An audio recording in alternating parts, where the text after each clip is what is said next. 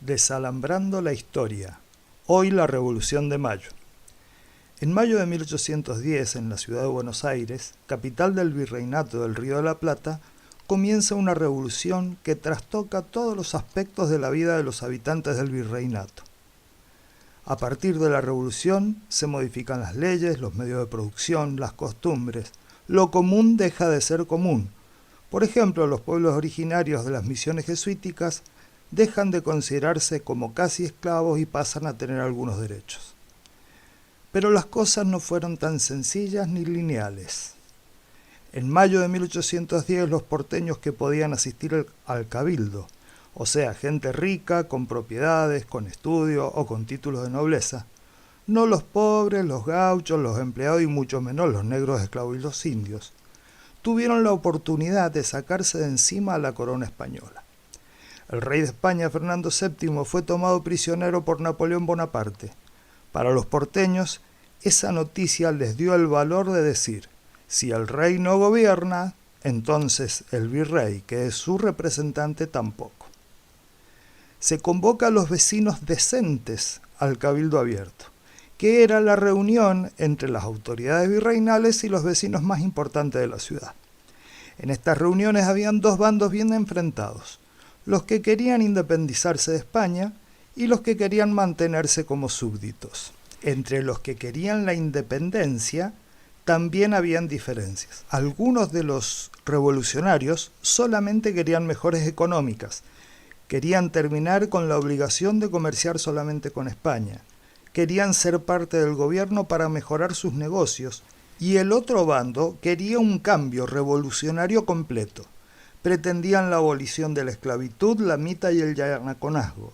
Querían que los pueblos originarios tuvieran sus propias organizaciones, que los ciudadanos eligieran sus propios gobernantes, que se terminara el uso de los instrumentos de tortura, que se estableciera una constitución que permitiera la igualdad entre todos los ciudadanos.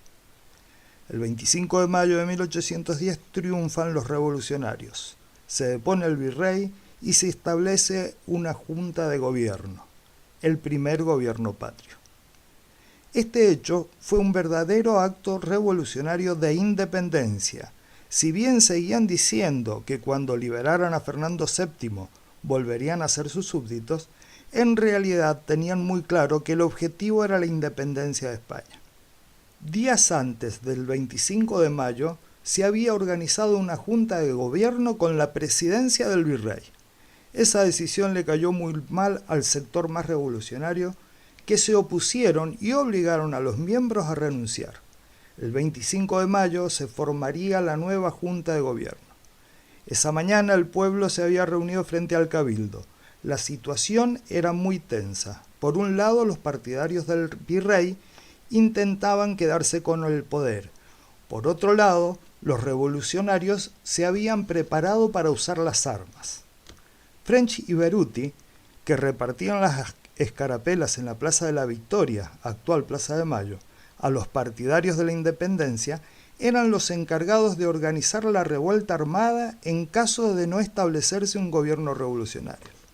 Las escarapelas se usaban como insignias para identificar a los propios en un combate armado y saber a quién había que dispararles con los mosquetones. No eran, como se muestra en los actos escolares, simples símbolos de pertenencia. En ese primer gobierno patrio hubieron hombres que se transformaron en verdaderos héroes que dieron la vida y bienes por la revolución. Belgrano, Mariano Moreno, Castelli son ejemplos de revolucionarios que intentaron subvertir el orden establecido por la corona española. Lamentablemente, estos tres hombres fueron rápidamente sacados de la escena política. En agosto de 1810, Belgrano es enviado al Paraguay al mando de un ejército para convencer a los paraguayos que se unan a la revolución. En septiembre de 1810, Castelli es enviado a cargo del ejército del norte a combatir contra el ejército realista que estaba en el Alto Perú, actual Bolivia. Y Moreno es enviado a Inglaterra en diciembre de 1810. Los tres miembros de la primera junta de gobierno que tenían las ideas más radicalizadas desaparecieron de la escena política. pero antes de tomar esas responsabilidades fueron impulsores de importantes actos de gobierno, como la creación por decreto de la Gaceta de Buenos Aires, primer periódico que fuera usado como medio de propaganda política, la fundación de la Biblioteca Nacional y el fomento a la educación primaria, la atención de las necesidades de los indígenas de América y la salud de la población, la creación de la primera escuadrilla naval y el ejército, creación del Departamento de Comercio y Guerra, fundación de la Escuela Militar y la habilitación de nuevos puertos para agilizar las exportaciones de productos del país. Se debe tomar conciencia de lo que significó la revolución. Muchas personas murieron en batalla. Por ejemplo, de los miles de oficiales y soldados del regimiento de granaderos a caballo que organizó el general San Martín, solo muy pocos volvieron del Perú cuando terminó la Guerra de la Independencia. Muchas personas perdieron sus bienes. Hubo mucho sufrimiento.